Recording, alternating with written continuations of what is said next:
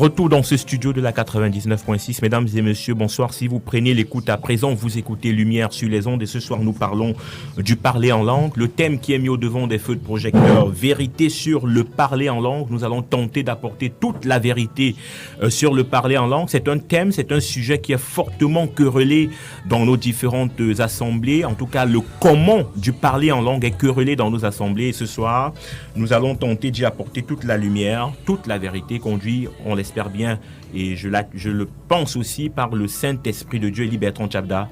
Bonsoir et bienvenue. Bonsoir Franck Stéphane, bonsoir à tous les auditeurs de Radio Bonne Nouvelle en général et de Lumière sur les ondes en particulier, et en plus aux panélistes et tous les techniciens et les observateurs de ce studio. Après la Belgique, après le Maroc, après le Gabon, la Côte d'Ivoire, vous chutez finalement au Cameroun. Pays de vos ancêtres. Merci bien, vous nous avez manqué pendant ce temps. C'était peut-être pas un temps vendu comme ça, parce que vous étiez en pleine campagne d'évangélisation et de sensibilisation des âmes qui doivent revenir au Seigneur Jésus-Christ. Absolument. Prophète Abega, bonsoir et bienvenue. Bonsoir Franck Stéphane, bonsoir à tous les auditeurs de la RBN et bonsoir aux copanélistes. Ok, alors votre semaine, elle s'est bien passée. Quand on vous voit tout en santé, tout bien portant, on s'est dit que ça s'est très bien passé quand même. Oui, Jésus est sur le trône, j'y suis avec lui. Comme quelqu'un disait, en fait ce sont les Saintes Écritures, c'est Paul qui dit que tel il est, tel nous sommes. Alors prophète Abega, nous entrons de plein pied dans le thème de ce soir. Rappelons aux auditeurs qui pourront participer à partir de 19h. Nous parlons du parler en langue, vérité sur le parler en langue.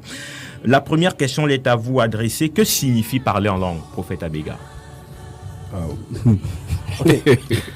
Parler en langue, c'est vrai que le dictionnaire français ne définit pas comment ça veut dire parler en langue, mais tel que la parole le révèle de manière très simple, c'est dire des mystères à Dieu et s'édifier soi-même. S'édifier soi-même et dire des mystères à Dieu. Eli Bertrand Tchabda, réaction, même question. Approche définitionnelle. Oui, enfin, on ne peut pas définir un groupe de mots de la Bible comme on le ferait pour le cadre des cours séculiers.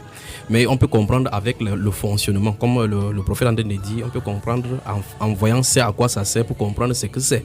Donc, comme la Bible déclare, c'est l'une des manifestations du Saint-Esprit pour l'utilité du croyant et des croyants, si possible, lorsque c'est interprété. Alors, vous dites que c'est, et je préfère d'abord chuter sur ce propos, vous dites que c'est l'une des manifestations du Saint-Esprit, et moi j'ai entendu certaines personnes dire que si vous ne parlez pas en langue, vous n'avez pas le Saint-Esprit. Babette Doya ne me démentira pas. Elle était dans une assemblée que je ne vais pas citer ici. Il faut citer, dans laquelle Lumière sur les ondes. Lumière sur les ondes. Je dis bien oui, mais je ne suis pas là pour tirer à boulet rouge. Non. Okay. Ce qu'on va faire, c'est qu'on va appeler Babette. Elle va venir me donner le nom de l'assemblée. Mais personne ne sera là pour nous contrôler les consoles. Elle me dit non. Ok, donc je disais que Babette Doya est dans une assemblée dans laquelle on va vous dire que si vous ne parlez pas en langue, vous n'avez pas le Saint-Esprit. Eli Bertrand Tchabda, vous venez de dire que c'est l'une des manifestations. Absolument. Ça veut dire qu'on peut avoir le Saint-Esprit et ne pas parler en langue. Absolument. Et c'est ce que la Bible révèle. Est-ce qu'on est clair avec ce propos, prophète Abega? Oui, étant donné que le Saint-Esprit nous apporte la vie, maintenant le parler en langue est la manifestation de la puissance du Saint-Esprit, pas du Saint-Esprit en tant que personne. Alors, si je m'en tiens à ce que vous êtes en train de dire, ça veut tout simplement dire que si on ne parle pas en langue, on ne peut pas manifester le volet puissance du Saint-Esprit, même si on l'a. Tout à fait. Ah ben ça me surprend là maintenant avec les Écritures.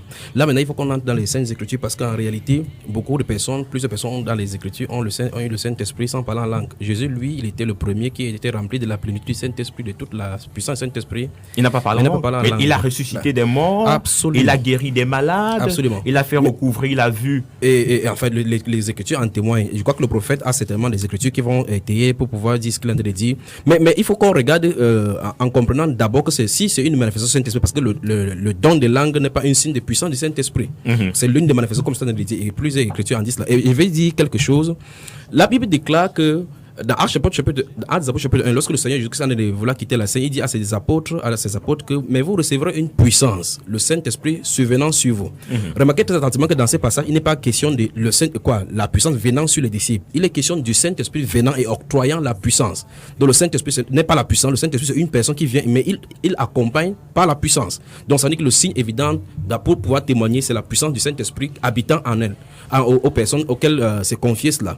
Maintenant, dans les différents ministères donnés par le Seigneur dans l'Église, et les différentes grâces et les différents dons qu'il a donnés dans l'Église, se trouvent effectivement les dons ministériels puis les dons spirituels. Ça, c'est les choses à part. L'apôtre Paul, donc, je crois qu'on va y entrer en plein pied. Dans 1 Corinthiens chapitre 12, à partir du verset 20 jusqu'au verset 30, il va poser la question, tous sont-ils apôtres, que Dieu a établi dans l'Église, premièrement les apôtres, ainsi de suite. Puis il va dire, puis les dons, quatrièmement, ceux qui ont le don de secourir, de faire divers miracles. Puis il va commencer à poser des questions dont la première réponse correspondra à toutes les autres réponses. Il va dire, tous sont-ils apôtres? C'est évidemment non. Prophètes. Puis il arrive à un niveau, il dit, tous parlent-ils en langue? La réponse est évidemment non. Donc ça pose la problématique du fait que le prophète dise que c'est le signe de la puissance du Saint-Esprit. Réaction. Je ne vais pas réagir, je vais donner la parole, je vais continuer dans mon propos. Oui, bien sûr. Alors, il fallait peut-être comprendre le décor. Hein. Le Saint-Esprit, le parler en langue, déjà, c'est un signe. C'est un signe pour la nouvelle création. Oui. Et quand Jésus marche dans les rues de Jérusalem, Jésus n'est pas de la nouvelle création. Ça, il faut le rappeler. Jésus lui-même naît de nouveau. En tant que nouvelle création, lorsqu'on lit dans Romains 1, le verset 4. Vous pouvez peut-être lire, la Bible dit qu'il a été déclaré fils de Dieu avec puissance. Oui, Romains 1. Par sa résurrection d'entre les morts, par l'esprit de sainteté. Ça veut dire que Jésus, quand il marche dans les rues de Jérusalem, il appartient encore à ce qu'on appelle l'Ancien Testament. Oui. Et à ce moment-là, justement, il n'était pas une nouvelle création. C'est pourquoi le Saint-Esprit venait sur lui. Il agissait comme les autres prophètes à l'époque. Mais vous allez remarquer que, par contre, maintenant, dans Jean 20, quand Jésus revient à la vie, il rencontre ses disciples, il leur dit, recevez maintenant le Saint-Esprit. Pourquoi? Alors que c'est le même Saint-Esprit qui était sur eux lorsqu'on est dans Jean 10. Ils ont fait des miracles et beaucoup d'autres choses. Mais dans Jean 20, il dit, recevez le Saint-Esprit. Et ce n'est qu'à partir de là qu'ils naissent de nouveau et qu'ils peuvent maintenant, dans Acte 2, recevoir le Saint-Esprit. Et l'évangéliste a cité le passage, mais il n'a pas bien cité. Il dit, vous recevez une puissance. Le mot puissant dans ce contexte, c'est dunamis. Parlant de la dynamique. La dynamo, effectivement. Voilà, il dit, celle du Saint-Esprit. Il n'a pas dit le Saint-Esprit. Il a dit celle du Saint-Esprit, la puissance du Saint-Esprit. Parce que le Saint-Esprit n'est pas une puissance. C'est une personne qui vient habiter en nous et qui apporte la vie nouvelle.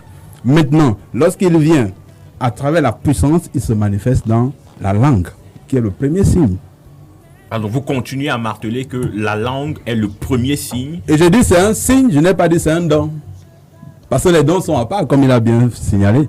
Le premier signe, c'est le parler en langue. Pour attester, donc ça veut dire que vous donnez que j'ai reçu cette puissance. Vous donnez foi à ceux qui sont dans l'église de la foi. Non, là il disait que ceux qui reçoivent, si on ne parle pas parler, on n'a pas le Saint-Esprit. Il dit non, on n'a pas la puissance du Saint-Esprit.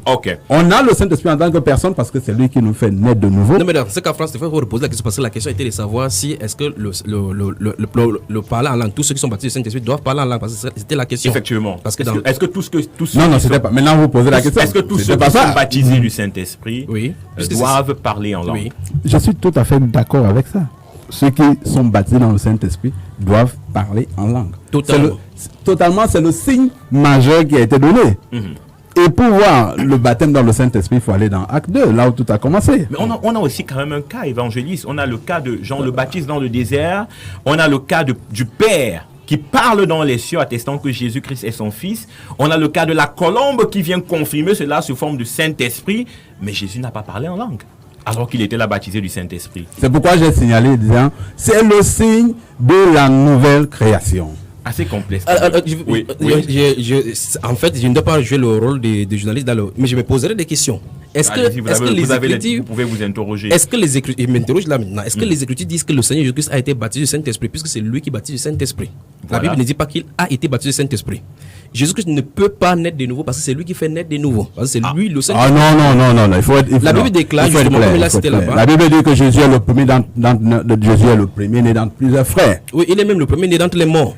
Oui, mais dans plusieurs frères. Ça veut dire qu'en fait, il est le prototype, l'exemple à suivre. Oui. Et c'est pourquoi lisons Romains 1. Oui, la Bible déclare qu'il est le premier, il a été déclaré fils de Dieu. Fils de Dieu, justement, il est déclaré fils de Dieu par sa résurrection d'entre les morts. Mais tout à l'heure, tu as dit dans Matthieu 3, quand il est sorti des eaux, oui. il a dit, voici mon fils, en qui j'ai mis toute mon affection. Mais il est déclaré fils de Dieu à quel moment? Mais on ne dit pas sa résurrection d'entre les morts. Voilà. Donc ça veut dire que c'est quand quelqu'un meurt qu'il est né de nouveau prophète. Parce que à moins qu'il s'explique d'abord qu'on avance, parce qu'on va dire beaucoup de choses là, parce que nous sommes éclairer les gens. Jésus est né de nouveau lorsqu'il revient d'entre les morts. Il n'est pas la même personne. Ça veut dire que puisque nous sommes, c'est un prototype, ça suppose que c'est comme ça que les chrétiens naissent de nouveau.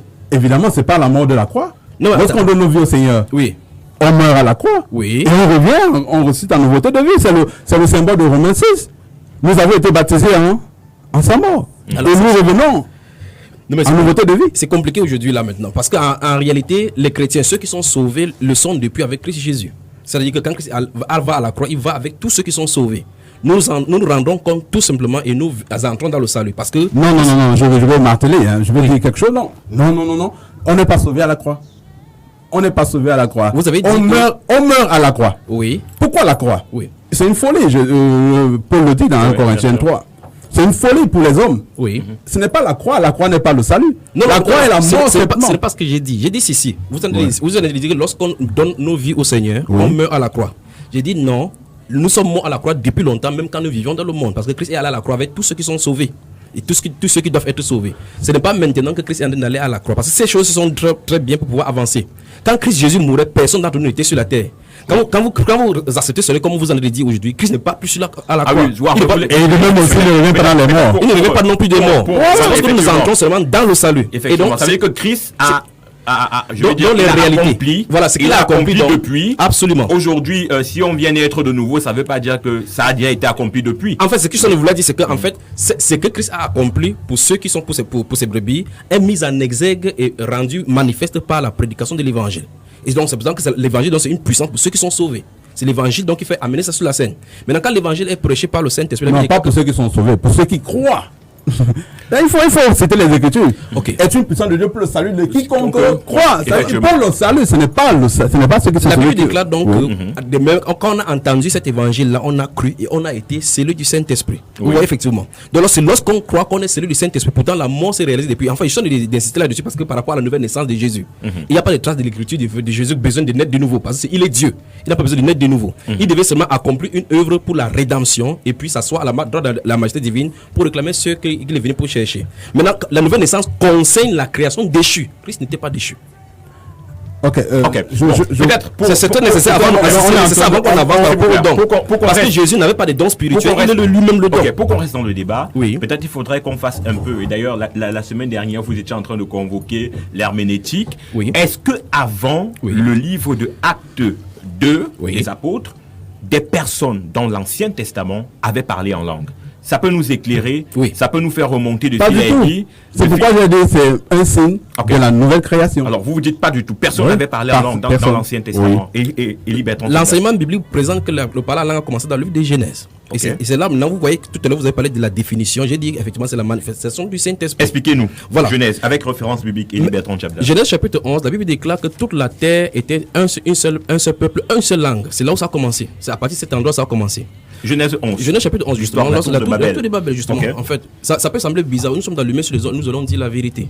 Maintenant, lorsque les gens étaient sur la terre, ils parlaient une seule langue. La Bible ne dit pas quelle était la langue. On dit les mêmes langues et les mêmes mots. Puis ils ont commencé à ériger maintenant certaines choses pour confronter Dieu, les gratte-ciel. Un gratte-ciel qui va toucher Dieu pour pouvoir. Et puis Dieu a dit descendons et confondons leur langage. Et c'est même le signe, justement, de parler en langue. Parce que le parler en anglais, c'est pour cela. Dans 1 Corinthiens 14, lorsque nous allons, j'espère que nous aurons le temps de déplucher vraiment cela. Dans 1 Corinthiens chapitre 14, quand l'apôtre explique cela, à partir verset 18 jusqu'au verset 22 de 1 Corinthiens 14, il dit que c'est pas de là, il dit que par rapport à ce qui est du mal, soyez des enfants, mais pour ce qui est de la connaissance, soyez des hommes faits. Il dit que il est écrit dans les prophètes, c'est pas un peuple, pas de langue d'autres peuples que je parlerai à ce peuple-ci et ils ne comprendront pas, ils ne m'entendront pas, dit le Seigneur. L'apôtre Paul dans le prophète cite ainsi Ésaïe au chapitre 28, verset 11, où le Seigneur avait prophétisé ces choses-là parce qu'il y avait beaucoup de choses qui avaient été dites par les prophéties et les prophètes et les Juifs n'entendaient pas. Dieu a donc décidé qu'il va parler au peuple par autre langue, la langue d'autres peuples, pour qu'ils glorifient Dieu, parce que Dieu a tendu la main de façon indéfinie à un peuple rebelle et contredisant, comme il le dit. Et par conséquent, donc, il se tourne donc pour parler afin que Dieu soit glorifié dans d'autres langues. Le Dieu d'Israël commençait à être glorifié par la langue d'autres peuples. C'est ce que l'apôtre Paul dit. Donc le parler en langue dont vous parlez maintenant, quand on parle dans l'église, qui est érigé en don, a commencé la manifestation dans l'huile de Genèse. C'est ce que tu en as dit. Okay. Je crois que il faut pas sembler les pédales. Comprenons bien le parler en langue. Le parler en langue vient pas par une capacité humaine. Ce qui s'est produit dans Genèse 11, lorsque les hommes ont été dispersés au niveau du langage, à partir de la rébellion de Nimrod, il faut bien signaler, c'était une capacité humaine. Non, mon frère, ils n'ont pas appris. La Bible déclare que Dieu a dit qu'on devait confondre. C'est Dieu qui a donné les langues. Ce n'est pas eux qui ont inventé les langues. Non, il faut. Mais est-ce qu'on peut lire les Écritures? Non, mais c'est ce que l'Écriture dit. Oui, mais la Bible dit quoi? Est-ce que la Bible dit que Dieu a dit qu'il a envoyé des langues au milieu d'eux? Non, mais attends. La Bible dit que Dieu les a confondus. C'est Dieu qui leur a donné les langues afin qu'ils ne se comprennent plus. C'est Dieu qui a donné les langues. Et quand ils ne se comprennent pas, donc. Oui, c'est le parler de langue dont là-bas. Non, il faut pas. Bon, comment on appelle ça, prophète Abega? Je ne veux pas entrer dans ça c'est une autre doctrine. Je veux pas qu'on y aille. Ça peut faire beaucoup de dégâts. Je connais cette doctrine. Je veux pas qu'on y aille. Je voudrais qu'on revienne dans ce qui nous a emmené, c'est-à-dire le parler en langue dans l'église aujourd'hui. Oui. Et l'église a commencé à quel moment du Nouveau Testament? L'église du Nouveau Testament nous est clairement illustrée dans Acte 2. Oui. Et le premier signe qu'on a clairement vu, et pour moi je dis c'était pas un don là-bas, je crois que j'ai eu à le dire sur d'autres plateformes, c'était pas le don des langues là-bas, c'était pas le don de diversité des langues, mais c'était le signe des langues, étant comme simplement cette capacité que Dieu a donnée à l'esprit humain recréé de pouvoir dire des mystères. Parce que tout à l'heure il disait que le parler en langue que Dieu leur avait donné, est-ce que c'était des mystères qu'il disait à Dieu?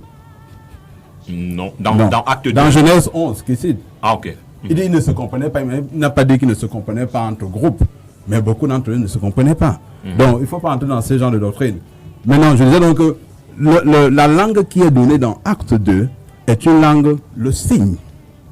Pourquoi? Parce qu'il parle, et c'est là où j'avais introduit dans 1 Corinthiens 13, en disant, il y a justement dans la langue des hommes et la langue des anges. Mais ce jour-là, ils avaient une langue, étant un signe qui était la langue des hommes. C'est pourquoi on pouvait les comprendre, les entendre en Parthe, Élamite, ainsi de suite. Est-ce que le prophète peut nous dire un exemple de langue des anges dans la Bible? Un seul verset. Je n'ai pas besoin. En dehors de 1 Corinthiens 13, où on fait mention en glissant. Et parce qu'il va revenir par rapport à... Non, il ne faut pas dire en glissant. Oui, non, en glissant en fait parce que... Ok, même les langues des hommes.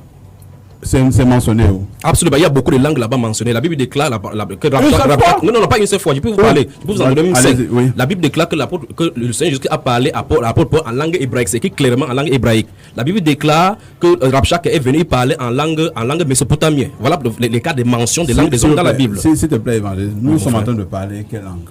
C'est le parler en langue? Non, c'est le français que nous parlons. Mais c'est une langue? Oui, absolument. Donc nous sommes en train de parler en langue des hommes. Nous sommes en train de parler en langue. Non, nous parlons la langue des hommes. Mais quand Jésus doit parler en hébreu, comme tu dis. C'est la langue des hommes. Non, je suis en train de dire, vous ne m'avez pas suivi. J'ai dit ceci, n'est-ce pas? Je parle de parler en langue comme étant la capacité de l'Esprit Saint infusé à l'esprit humain recréé. Non, je suis d'accord. C'est pas ce que je suis en train de parler. Vous avez fait mention de 1 Corinthiens chapitre 13 et c'est là où j'attends celle-ci. Vous allez parler, parce que vous en voulez distinguer Acte chapitre 2 par rapport à la manifestation avec en glissant, en disant qu'il y a la langue des anges. C'est pour ça que je vous ai demandé, est-ce qu'il y a un verset dans la Bible qui parle de la langue des anges, même les langues au milieu des hommes qui parleraient leur langue? J'ai demandé également la même chose. Quand Paul dit s'il parle la langue des anges et la langue des hommes, Ok. Il parle, et il faut comprendre que Paul est dans un contexte, dans 1 Corinthiens 12, il parle de divers dons. Oui. Et dans 1 Corinthiens 13, il commence à dire donc que ces dons-là ne valent rien si je n'ai pas l'amour. Absolument. Ça veut donc dire qu'il est en train de parler d'un parler en langue, Oui, qui est absolument. spirituel. Et il Absolument. parle donc d'un parler en langue des hommes spirituels, un parler en langue des anges, mais qui est également un parler en langue spirituelle. Oui. Restons dans le contexte. Alors, essayons de faire la différence, Élie Bertrand Tchabda, Oui. entre le parler en langue, Oui. la diversité de langues Oui. et la langue des anges. Bonne Est-ce question. qu'on peut faire la différence pour que les auditeurs se situent? Vraiment, le parler en langue, c'est quoi exactement? Comment ça se fait? La diversité des langues, c'est quoi exactement? Et la langue des anges? Il y a beaucoup de choses qu'on a de mettre le pied et puis on avance sans avoir mis la fondation. Dès le départ, on a convenu, et il faut qu'on convienne là-bas, que quelqu'un ne pourra pas parler en langue sans au préalable que le Saint-Esprit vienne. Ça, on est d'accord. C'est un. De deux, Je crois qu'on est d'accord. Évidemment. de Voilà, deux, ok. de deux, si le Saint-Esprit est là. On est donc d'accord que Genèse 11 n'est pas parler en langue. Non, on arrive. J'arrive là. Parce que vous Oui, avez, selon la nouvelle. Vous avez posé, je réponds seulement aux questions. Vous avez Ok. dit est-ce qu'il y a des parler en langue avant la Genèse? Parce qu'il y a même la nouvelle naissance dans la Genèse aussi. Dans la Genèse, la nouvelle naissance est parlée là-bas. Mais il faut. Non, j'arrive. Laissez-moi avancer. Le programme de salut. Il peut le prouver Le, strictement. le programme du salut n'a pas commencé aujourd'hui. Dieu est toujours sauvé sous le sang. Donc, ça veut dire, c'est là-dedans. Mais dans ce qu'il veut dire, c'est ceci. Ce Oui. qu'il il a dit qu'on dépose cela et on continue dans l'église. On va s'atteler dans l'église. Mais dans la première, tout à l'heure, c'était Jean chapitre 20 où le Seigneur a soufflé sur en disant recevez le Saint-Esprit. Puis il a fait mention maintenant en faisant la différence entre ce qui se passe dans Jean 20 avec Actes chapitre 1. Après, avant cela, il a parlé de le fait que les disciples partaient faire, ils faisaient des miracles avec le Saint-Esprit sur eux.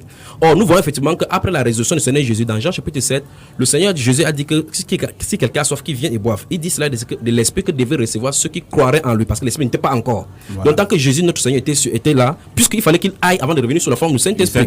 Et là, maintenant, le but du Saint-Esprit, maintenant, c'était de tabernacler dans les croyants. C'est-à-dire de faire son entrée dans la vie des croyants. Oui. Maintenant, il ne devait plus influencer comme dans l'ancienne alliance où il touchait seulement de temps en temps. Il voulait tabernacler. Maintenant, le Seigneur dit donc dans les Écritures, dans Marc chapitre 16, verset 17, il dit voici les miracles qui accompagneront ceux qui auront cru. Et c'est là où la première mention où la promesse est donnée. Donc, dans le nouveau. Oui, effectivement. Non, ça, c'est l'ancienne alliance qui a de vouloir introduire le nouveau. Là, il dit, quand il va quitter la scène, voici les miracles qui accompagneront ceux qui auront cru. En mon nom, ils chasseront des démons. Là, il a dit, ils parleront des nouvelles langues. Des nouvelles langues. Oui. Donc, ça veut dire qu'ici, le don du Saint-Esprit doit se manifester par les miracles et par conséquent et particulièrement pour ce qui nous intéresse ce soir les nouvelles langues. Oui. Maintenant, lorsqu'il le dit, dans Actes des Apôtres, c'est la première des manifestations. Okay. Et là où la prophétie s'accomplit. Absolument. Oui. C'est là à partir de il y a deux endroits, il y a deux choses donc qu'il a de disloquer. Il disloque d'abord il veut dire que le Saint-Esprit est d'abord venu sur les disciples dans Jean chapitre 20 verset 22 parce qu'il a dit il a soufflé sur en disant recevez le Saint-Esprit. Mais dans Actes chapitre 1 également il dit que vous savez pas vous de connaître le temps que le Père a fixé de sa propre, mais vous recevrez une puissance, le Saint-Esprit survenant sur vous. Donc ça veut dire que dans Jean chapitre 20, il parlait d'une chose qui doit s'accomplir. Dans le chapitre 2, donc, lorsque le Saint-Esprit vient pour tabernacler à eux, c'est là où la première manifestation commence. Donc. Et donc, ça veut dire qu'il y a la promesse dans Marc chapitre 16, la manifestation, la première manifestation dans Actes chapitre 2. Je sens d'aller vraiment doucement. Puis dans 1 Corinthiens au chapitre 14, dont il est question ici, c'est l'utilisation de ce qui a été manifesté. Et alors, récapitulatif. Oui. Dans Marc chapitre 16, verset 17, c'est l'annonce. Ça, c'est la prophétie. La prophétie de ce qui va venir. Dans Acte 2, c'est la réalisation de la prophétie. Et dans Corinthiens 14, c'est comment utiliser la prophétie. Absolument. Est-ce qu'on est d'accord? Je voudrais qu'on soit d'accord ou pas d'accord pour que ça soit également une édification pour les auditeurs. Je ne sais pas. Je ne suis pas d'accord. Il va dire qu'il n'a pas terminé. Donc, laissons. Non, en fait, je vais chuter rapidement plus parce que toi, s'il veut développer, je vais monopoliser la parole. Vous avez parlé de convoquer l'héménétique. Je vais justement convoquer cette héménétique parce que je n'ai pas suivi les dernières émissions, je n'étais pas là. Je vais seulement dire que les mêmes mots sont employés par Luc pour pouvoir dire les mêmes choses concernant le parler en langue. C'est ce que je voulais dire d'abord dans l'héménétique. Dans l'héménétique. Chapitre 2. Chapitre 2, chapitre 14. Ok. Alors, je suis assez clair dans ma façon de parler. Je dis, les disciples naissent de nouveau après la résurrection de Jésus. Et vous voyez, dans Jean 20, il est question de la résurrection de Jésus quand il le parle la première fois. Il leur apparaît, il dit, recevez le Saint-Esprit. Il n'était encore descendu sur aucun d'entre eux, donc personne n'était encore né de nouveau. Soyons clairs là, on ne naît pas de nouveau avant la venue de Jésus. Sinon, Jésus n'aurait pas dit à Nicodème qu'il faudrait que vous naissiez de nouveau. Ça aurait été un thème qui aurait été appréhendé par tous les docteurs de la loi. Nicodème en était un.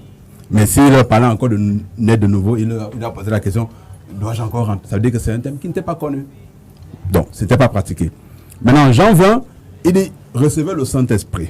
Ensuite, on continue à Actes, où Jésus leur dit vous recevez la puissance, celle du Saint-Esprit. Parce qu'il faut quand même noter que le Saint-Esprit n'est pas une puissance. Mais il dit c'est quoi le verset dit celle du Saint-Esprit dans la version. Parce que c'est une personne. Oui, c'est une personne. Alors il viendra, mais vous recevez donc sa puissance parce qu'il est déjà en vous, mais vous recevez sa puissance. Non, pasteur, prophète. Est-ce qu'à cet instant, parce que vous venez d'ajouter quelque chose là maintenant, parce que vous voulez être méticuleux, je vais être méticuleux avec vous. Vous dites que parce qu'il viendra. Sous forme de puissance. Il y a un problème. Oui, parce qu'en fait, dans Jean 20, il vient déjà en tant que personne. Ils naissent de nouveau. Donc ça veut dire que dans Jean chapitre, dans Jean chapitre 20, verset 22, où il a dit cela, le Saint-Esprit était déjà venu. Mais puisqu'il aurait dit, il a soufflé sur eux. Mais le Seigneur jusqu'à a dit clairement dans Jean 14 initialement que lorsque je m'en irai, je vous l'enverrai. Oui. Il a d'abord dit qu'il faut qu'il quitte la scène avant qu'il l'envoie. Là maintenant il a donné une promesse, mon frère. Non. Jésus a vraiment connu. On ne va pas s'attarder. Non, il faut méticuler là-dessus. La Bible dit quoi? Il dit il a soufflé sur eux. Oui. Et il dit quoi? Recevez le Saint-Esprit. Et quand Jésus dit ça, est-ce qu'il est en train de mentir? Bon, mais là, comment? C'est une promesse. Recevez le Saint-Esprit. Ça amène quand même. Non. La promesse dit quoi? Non, il faut reprendre les mots. La promesse dit vous recevrez. Oui. Il ne dit pas recevez. Recevez, c'est le présent. Ça veut dire que les disciples ont reçu le Saint-Esprit 2 fois. Non. J'ai dit maintenant dans Acte 8, il a dit, Acte 1, verset 8, il a dit, mais vous recevez une puissance. Il dit, vous ne l'avez pas. Elle viendra, cette puissance. Mais comment? Non, finissez la phrase. La phrase dit, vous recevrez une puissance, le Saint-Esprit subvenant. Non, il n'a pas dit le Saint-Esprit. Il dit, c'est celle du Saint-Esprit subvenant sur vous. Non, mais la Bible, je ne veux pas qu'on aille dans... Si on avait une autre version, on aurait lu dans une autre version. Ok, mais ça veut dire que cette version n'est pas bonne alors. Non, je n'ai pas déjà. Ok. On a lu. On va donc évoluer. On va donc évoluer. On a très bien compris. Oui, dans King James. On va donc évoluer. Je n'avais pas terminé, s'il te plaît. Parce que vous discutez, mais vous ne répondez pas à mes questions. Non, j'ai parlé de Acte 1, verset 8. C'est pas ça ma question. Maintenant, Acte 2. Je voulais continuer avec s'il vous plaît, c'est pas ça ma question. Je veux clairement avoir la différence qu'il y a entre le parler en langue, la diversité de langues et la langue des anges. C'est ça la question. Il faut qu'on évolue dans le débat. Alors, quelle est la différence? Ok, d'accord. Dans Acte 2, nous avons là la pleine, la démonstration de l'Esprit de Dieu qui vient comme le signe. Le parler en langue en tant que signe pour le croyant. Alors, je note que vous dites que dans Acte 2, c'est le parler en langue. Oui, ça? En tant que signe pour les non-croyants. Oui. Pour les croyants, pardon. Et maintenant, la diversité de langues, on peut la retrouver. La diversité de langues, c'est dans 1 Corinthiens 12, lorsqu'il commence à parler de la diversité des dons. Oui. Voilà. Oui. Là, il donne 9, à travers 3 catégories, 9 dons, parmi lesquels le don de la diversité des langues, qui n'est compris que lorsqu'il y a interprétation des langues, c'est-à-dire le don là n'est inclus que lorsqu'il y a interprétation des langues. Maintenant, dans 1 Corinthiens 14, Paul est en train de préciser simplement la manière d'utiliser les dons dans l'église. Pourquoi il faut quand même noter que c'est les Corinthiens? Et les Corinthiens, on sait comment ils étaient. Ok. Oui. Alors, Élie Bertrand Tchabda, différence. D'abord, avant de passer la discussion, j'aimerais bien, parce que le chapitre 12 au chapitre 14, il y a beaucoup de choses. Il y a une question que l'apôtre Paul a posée aux chrétiens de Corinthe. Tous parlent-ils en langue? Il faut que le prophète nous réponde. Ça veut dire, est-ce que tous ont le don des langues? La question, la réponse, c'est quoi donc? Forcément, non, si on pose cette question. C'est une question. Évidemment. Ça, c'est une question droit d'état en fait que la réponse est soit oui, soit non. Effectivement, c'était non. Parce que, voilà, maintenant, si c'est non, et si le prophète est d'accord que c'est non, alors ça pose le problème par rapport à sa fondation dès le départ qu'il a dit que le Saint-Esprit, c'est le signe pour les croyants. Parce que la Bible dit de façon ce n'est pas un problème. 697 58 90 61, 697 58 90 61 ou le 652 11 57 97. Par appel ou par SMS, vous pouvez nous contacter dès à présent pour participer au débat. Nous parlons ce soir de parler en langue, le thème vérité sur le parler en langue. Prophète Abega, ce que dit la question que pose Élie Bertrand Tchabda, elle m'interpelle aussi. Oui. Et c'est une question à laquelle vous deviez répondre quand même. Je tente de répondre là-dessus. Allez-y. Je dis, il y a une différence entre le parler en langue, le signe, et le don, qui est la diversité des langues, qui est une opération du Saint-Esprit. Parce qu'il faut bien comprendre que Paul intègre 2 facteurs dans l'utilisation du parler en langue. Il y a le parler en langue initié par l'homme, je vais dire, sur la capacité de l'homme.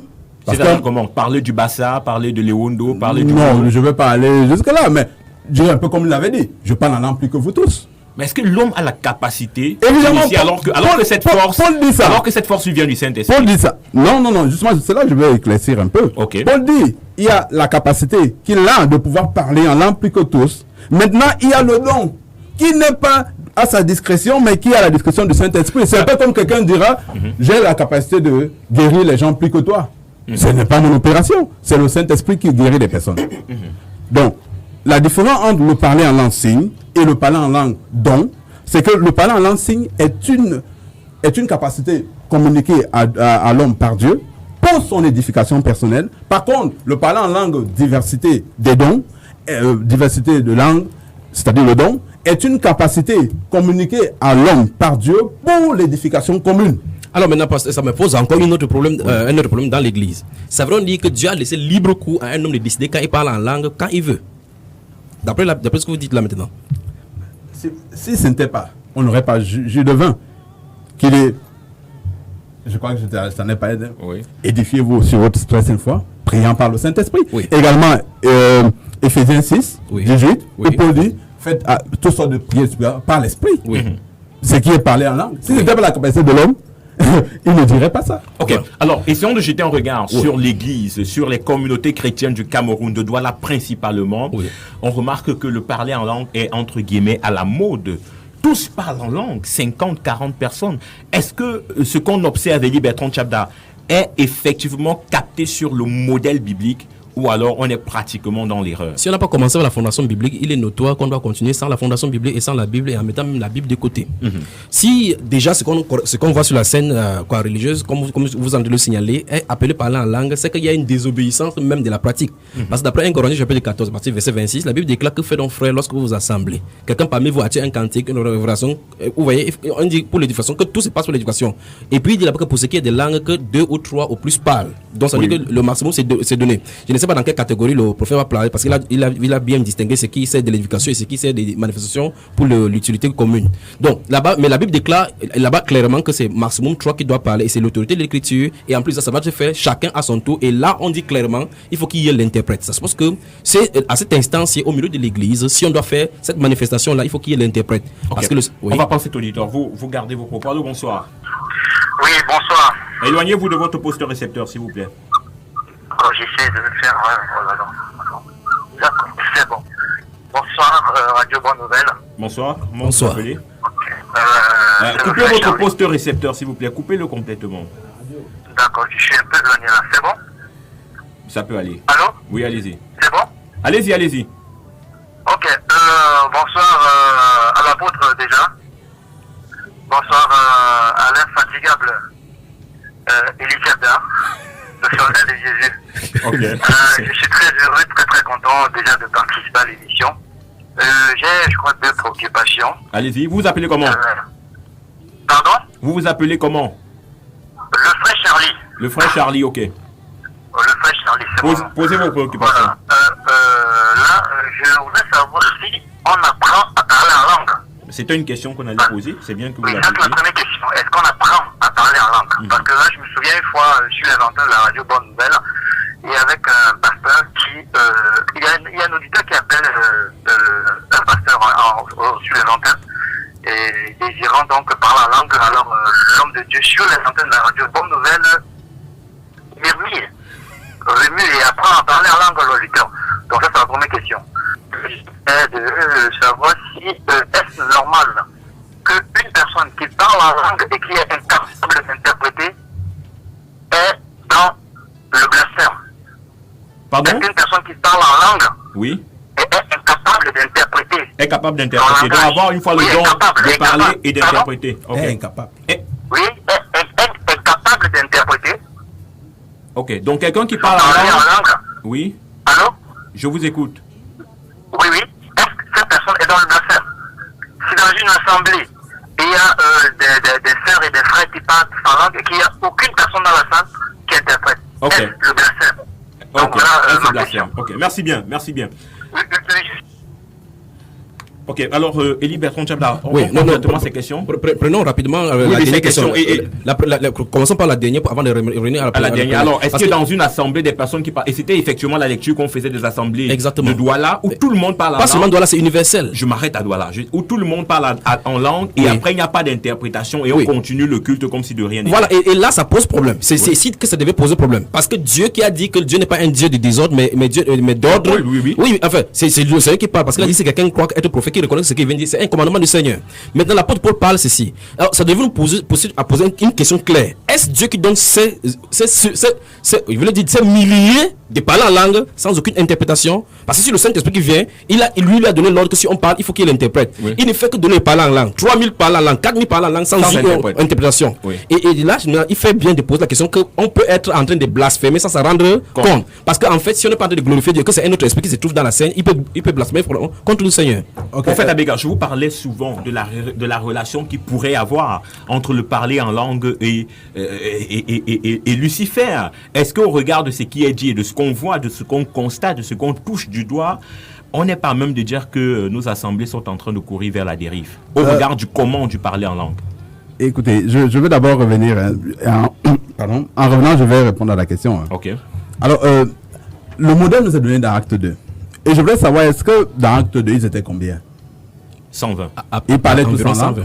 Pardon? Ils étaient environ 120. Environ 120, oui, absolument. Ça était nombreux. Oui. Plus grand que beaucoup d'églises dont tu parles. Bien sûr. Et est-ce qu'ils interprétaient? L'interprétation était automatique. C'était automatique. Parce que la Bible déclare. Écoutez, je veux savoir. Est-ce que l'interprétation, c'est la traduction? Non. Le prophète, il peut il voit là où vous... Non, laissez que je continue. Oui. Maintenant, le don des langues n'a sens que lorsqu'il y a une interprétation qui est faite par un enfant de Dieu. Ou bien par l'esprit de lui-même directement. Parce que la Bible déclare que quelqu'un peut prier, avoir le don d'interprétation. Donc vous pouvez prier en langue et vous interprétez vous-même. Parce que c'est quand même dit. Pas le même esprit. Pour l'édification des autres. Absolument. Oui. Ça veut donc dire quoi? Ça veut dire que c'est toujours par le nez de Dieu. Absolument. Pas sur le païen. Oui. Mais dans Acte 2, qui comprenait? C'était le nez de Dieu ou les païens? Des païens. Ça veut donc dire que c'était pas le don des langues là-bas. Non, il y a un problème. Permettez que je compte. Il y a un problème. Permettez que je compte. Parce que la Bible déclare clairement dans Actes chapitre 2, verset 5, que chacun s'est mis à parler en langue selon que le Saint-Esprit leur donnait de s'exprimer. Évidemment. Et puis les gens écoutaient maintenant. Évidemment. Et là, vous voulez parler dans le cadre de l'église, parce que ici, ce n'est pas l'église constituée. Là, maintenant, c'est l'église naissante. Dans le cadre de la régularisation de cette don, de l'utilisation dans l'église, maintenant, la chose est dite de façon spécifique à l'église. On doit prier avant l'interprétation. Allez-y. Au moins, il y a un exemple dans la parole. Il y a un exemple, mais on ne va pas donner des présuppositions. Je suis d'accord. Il y a un exemple qui a été donné. Je vous sais, prophète Abega, très méticuleux dans les temps bibliques. Alors, et je veux vous relancer. Voilà. Acte des apôtres, au tout commencement. Voilà. Et comme il le disait, c'est une église qui est naissante, qui est même en pleine rue. C'est en pleine rue. Maintenant, on a une église qui est constituée, qui est correcte. Oui. Parce que là, il faut quand même qu'on fasse le distinguo. Je vous sais très méticuleux. Dans une église qui est constituée, qui est correcte, et cette église s'apparente plus à celle qu'on vit aujourd'hui, contrairement à celle de Actes du chapitre 1er. C'est pourquoi donnez-moi 2 minutes, je donne un peu. Vous avez 2 minutes. Premièrement, je dis que ce n'était pas le don des langues, c'était le signe. Et ça, c'est pourquoi je n'en veux pas à ces églises où on parle en langue. Je n'en veux pas. Sans interprétation. Pourquoi? Parce que ce n'est qu'un signe. C'est le moyen d'expression des mystères de Dieu. Maintenant que les autres peuvent comprendre. Mais ce n'était pas le don. Maintenant, dans Acte 14, on a par contre maintenant le don. Oui. Qui est dans l'église. Voilà, pour l'utilité commune. Okay. C'est un peu comme quelqu'un qui a le don de prophétie. C'est pourquoi il compare le parler là-bas à la prophétie. Oui. Pour dire, non, lorsqu'elle a interprété, c'est comparé à la prophétie. Au moins, c'est des dons. On ne peut pas comparer un don et un signe. Donc, on parle les dons entre eux. Est-ce que donc, si moi j'ai le don de guérison, je commence à prier pour les gens n'importe comment, est-ce que c'est de l'ordre? C'est pourquoi on dit, attends, fini. Après, quelqu'un également parle. C'est la même chose pour le parler en langue. Mais pour l'édification personnelle, je n'ai pas besoin d'attendre un moment précis. À n'importe quel moment, je peux, comme le Saint-Esprit donne. Et Paul qui a également écrit 1 Corinthiens, comment on appelle, 14, dit dans Ephésiens 6, 18, faites en tout temps Il n'a pas dit il y a un moment particulier. Il fait en tout temps. Ça, c'est une autre chose. Ça, c'est une autre chose. Parce que vous avez dit juste chapitre 1, verset 20 par rapport à quoi. Il dit vous mettre sur votre test, il faut apprendre par le Saint-Esprit. Je connais également la doctrine là-dessus. Il faudrait revenir parce qu'on ne parle pas de parler en langue là-bas. En commun, Éphésiens chapitre 6, verset 18, il a dit que prier, faire en tout temps par l'Esprit, toutes sortes de veilles, ils avaient une entière persévérance. Mais c'est pas le parler en langue là-bas. C'est pas le parler en langue. Mais il faut voir. J'arrive. Je parlerai par l'Esprit. Voilà. Je parle aussi avec. Maintenant, si vous avez jeté coup d'œil, vous allez voir effectivement que là-bas, il s'agit de l'Esprit, parce qu'elle a dit que son esprit, et là-bas on dit prier par le Saint-Esprit, c'est deux choses différentes. Non.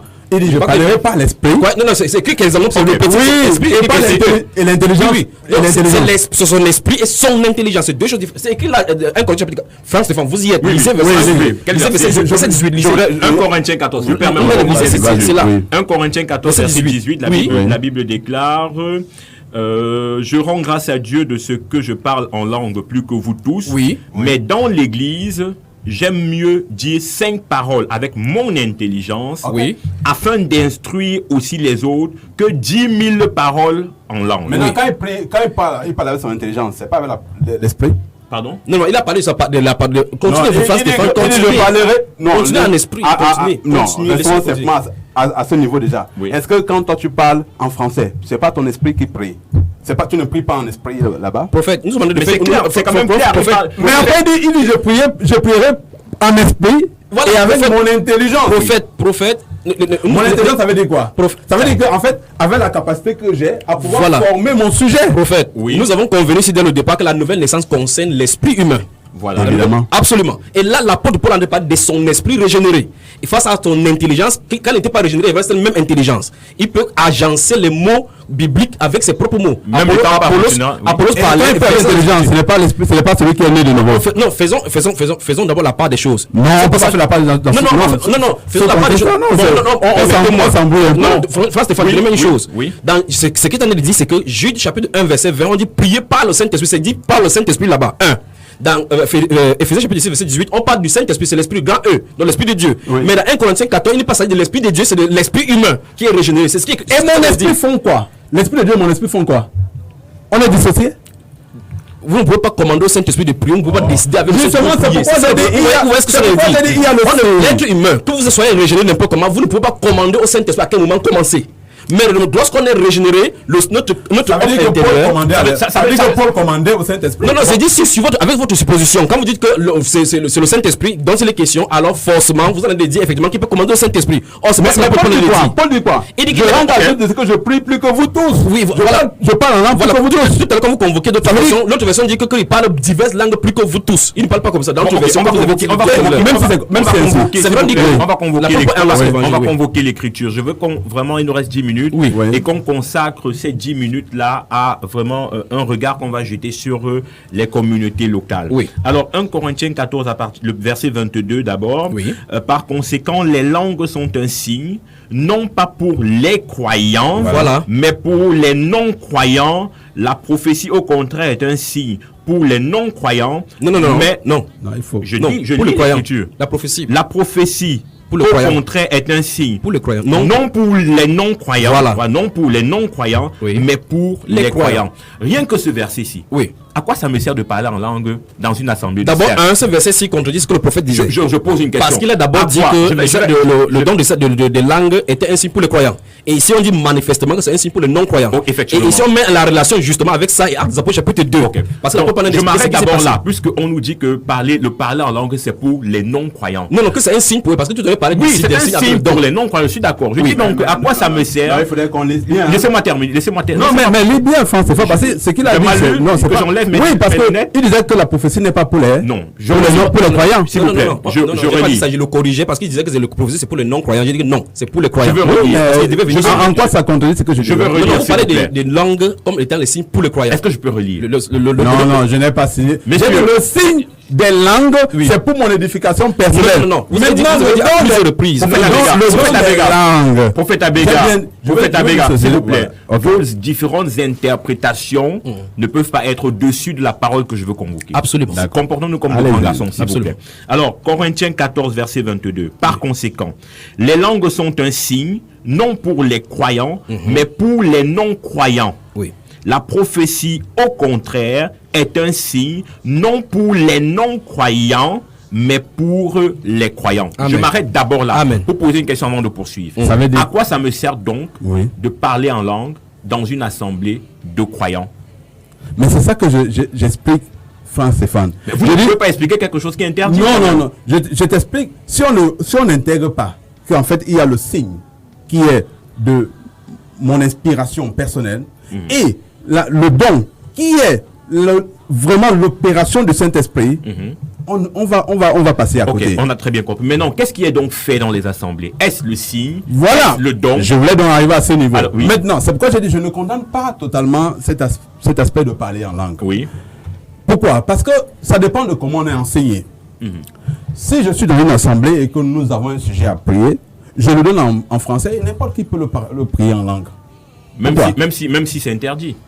Ce n'est pas interdit. Pourquoi? Parce que c'est un sujet que je suis en train d'élever personnellement. Ok. Je ne suis pas en train de m'adresser à une assemblée. Il faut comprendre ici que Paul disait, pour celui qui s'adresse en assemblée, il ne doit pas parler en langue, parce qu'on ne va pas l'écouter. Non, Écoutez, permettez que je finisse. Au moins, c'est ça que le français qu'on lui dit. Oui. Mais Quand c'est je ce que me vous prends- entendez. C'est ce que vous entendez. Non, quand je m'adresse en assemblée, sinon il n'aurait pas dit tais-toi. Bon, attendez-moi. Quand je m'adresse en assemblée, Oui. je ne dois pas parler en langue.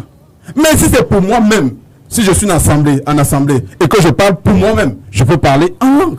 Bon, ok, on Je poursuit. n'ai donc. aucun problème. On poursuit donc. C'est mon Ce éducation sont les personnelle. écritures qui vont peut-être construire ou déconstruire nos Oui. différents propos.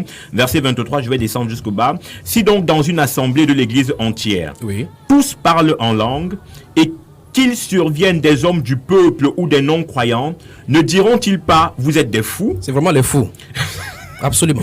Mais si tous prophétisent et qu'il survienne quelques non-croyants ou un homme du peuple, il est convaincu par tous, il est jugé par tous. Oui. Les secrets de son cœur sont dévoilés, Oui. de telle sorte que Tombant. tombant sur sa face, il adorera Dieu et publiera que Dieu est réellement au milieu de vous. Amen. Que faire donc, frères, lorsque vous vous assemblez les uns ou les autres parmi vous ont-ils un cantique, une instruction, une révélation, un langage, une interprétation? Tout se fasse pour l'édification. En est-il qui parle en langue, que 2 ou 3 ou plus parlent, chacun à son tour, et que quelqu'un interprète. S'il n'y a point d'interprète, qu'on se taise dans l'église et qu'on parle à soi-même et à Dieu. Amen. C'est les Saintes Écritures, ça. On ne peut absolument rien dire Je contre crois ça. quand même que c'est... C'est le plus clair. Ok, Est-ce que ça résume? Oui, allez. je voulais dire. Oui. Ok, imaginez, nous sommes, on a des Betty, des Bassa, des Boulots Oui. dans la salle. Et puis, survient quelqu'un du Nord, dans la même assemblée. Hein. Et le Betty se lève et il commence à parler à tout le monde. Là, c'est un problème, parce que personne ne va écouter, sinon ceux qui sont Betty. Oui. Maintenant, restons sur le même endroit. Nous tous, on parle français, mais chacun a sa langue maternelle. Et je parle français, et tout le monde écoute ce que je dis. Là, c'est normal. Mais est-ce que ça m'interdit, par exemple, lorsque je suis en train de prier, individuellement, de parler le bêtis? Si tu es dans ta chambre, pourquoi ça devrait... Pourquoi pas dans la salle? Pourquoi pas en assemblée? Est-ce qu'en assemblée, tu ne parles pas en bêtis? Je vous prends un exemple. Non, je suis d'accord avec ce que vous dites. Mais je vous prends un exemple. C'est la même chose avec les langues. Je vais dire quelque chose. Pour s'adresser en public, je vais dire ne parle pas une langue qu'on ne comprend pas. Mais pour mon édification personnelle, je peux parler une langue que je comprends. Très bien. Ou que je ne comprends pas. Surtout que c'est des mystères que je donne à Dieu. Alors, on est dans une assemblée. Mais vous faites On est dans une assemblée où tous parlent en langue. Oui. Mais ils ne s'adressent pas l'un à l'autre. Oui, c'est ça que je veux dire. Tous parlent en langue, comme vous êtes en train de dire. Mais ils ne s'adressent pas l'un à l'autre. Tous parlent en langue. Oui. Il y a un prophète qui est éclairé. Oui. Et qui détecte que parmi ces personnes qui parlent en langue, il y a quelqu'un qui est en train de dire des mystères à Lucifer, malheureusement. Mais il parlait en langue. Je suis désolé dans la parole. Non, je vous dis ce qui est vrai. Je vous dis un cas que j'ai vu. Non, votre cas ne fait pas foi. Ah bon? Il faudrait qu'on ait dans la parole ce genre. Est-ce puisque la parole parler aujourd'hui? Est-ce que la parole parle de faux dons de Est-ce qu'il parle aujourd'hui? Réaction. D'abord, je vais dire au prophète que Lucifer singe tout des dieux. Oui. Dieu a dit dans la Bible qu'il y aura des faux prophètes. C'est-à-dire que l'esprit de prophétie qui est sur le prophète, il y a sur la similitude chez l'antéchrist également. Oui. Et la Bible déclare qu'il va faire des faux miracles, les prodiges et des miracles mensongers pour ceux qui périssent. Donc il ne peut pas dire que non, il n'y a pas de tel genre. Ça veut dire qu'il va entérimer tous ceux qui parlent en langue en disant que tous ceux-là ont reçu le don de l'esprit. Or, l'auditeur qui a appelé tout à l'heure là signifiait quelque chose. Il dit que sur ces antennes, et c'est ce qui est pour justement, il a dit qu'un prophète, ou un pasteur sur ces antennes enseignait quelqu'un à parler en langue. C'est terrible. Et effectivement, il y a des écoles. Des écoles de parler en langue. On jette un regard sur les ministères qui nous entourent. Il y a des écoles où on vous apprend à faire du shekabé, du rap. On dit ouvre la bouche pas, ça va venir. Est-ce que commence à venir la langue? C'est calqué, prophète. Vous avez connaissance de ce que je cite. Est-ce que c'est calqué sur le modèle? Tout à fait. Oui. Tout à fait. Je vais revenir. Vous m'avez fait perdre un peu ce que je voulais dire tout à l'heure. Il nous reste 5 minutes. Oui, mais je voulais simplement rappeler en disant, on parlait du signe des langues. Vous évitez ma question. Non, je vais revenir. Ok, vous allez revenir, ok. Dans la parole, il n'y a pas de faux parler en langue. C'est nous qui avons intégré le faux parler en langue. C'est pas nous. Dans ce cas, tout ce qu'on va c'est le frère. S'il vous plaît. Je ne veux pas venir, je n'ai pas le foiemètre pour définir si quelqu'un parle vraiment en langue ou faussement en langue. Mais il y a aussi des fausses guérisons. Il n'y a pas ça dans la Bible. On le laisse poursuivre. Je ne sais pas s'il y a une fausse guérison. Parce que s'il y a une fausse, ça veut dire qu'elle n'est pas vraie. Elle n'est pas guérison. Il y a des guérisons que dans le Seigneur. Il faudrait qu'on reste sur la parole. Maintenant, on a dit le diable imite. Oui. Mais il ne fait pas ça. La prophétie que le diable donne n'est pas une prophétie, c'est une divination. Et la Bible dit clairement. Mais dès le départ, ça ressemble au prophète. C'est pour ça que ça séduit les gens. C'est nous qui avons intégré les histoires de faux parents en langue, fausses prophéties. Non, il n'y a de faux que par rapport à la personne. Je suis il y a l'esprit derrière le prophète. Laissez ces questions d'esprit-là. On est tellement conscient de Satan que dans tout ce qu'on fait, parce qu'on n'a pas réellement enseigné le peuple, on dit c'est Satan. Je ne peux pas être dans une assemblée, j'ai enseigné sur le parent en langue. Quelqu'un parle une langue qui ne vient pas de Dieu. Je ne peux pas. Mais pourquoi? Je vous le dis, je ne peux pas. Alors que la mauvaise Ève doit pousser avec eux. Évidemment, je voudrais intégrer justement ça. Ouais, c'est pourquoi on a peur. Hein. Je vois dans beaucoup d'hommes de Dieu ont peur. On peur d'enseigner sur le spirituel. Parce que c'est des choses qu'ils ne maîtrisent pas. Et je suis désolé.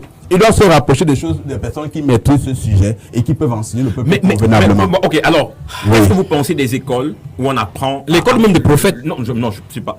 Non, mais puisque c'est l'esprit, là, on ne peut pas enseigner à quelqu'un à prophétiser. Alors, écoutez, l'école, même dans la parole de Dieu, il y a l'école des prophètes. Il n'y en a pas, il n'y a pas un seul verset. Il n'y en a pas. Là, il faut me Non. Non, on y reviendra. Sur les ondes. Je suis d'accord. Il y a l'école des prophètes dans la Bible, il n'y en a pas. Il faut entendre ce qu'on appelle par école des prophètes. Là, mais je parle de l'école du parlant. Ne sortons pas du sujet. Mais les juifs sont les fils des prophètes d'abord pour commencer. Les gentils ne sont pas les fils des prophètes. Écoutez, quand je vois dans la parole de Dieu, la Bible, ces païens avaient demandé qu'est-ce qu'il faut faire. Il leur a dit repentez-vous et puis il leur a dit vous recevez le don du Saint-Esprit.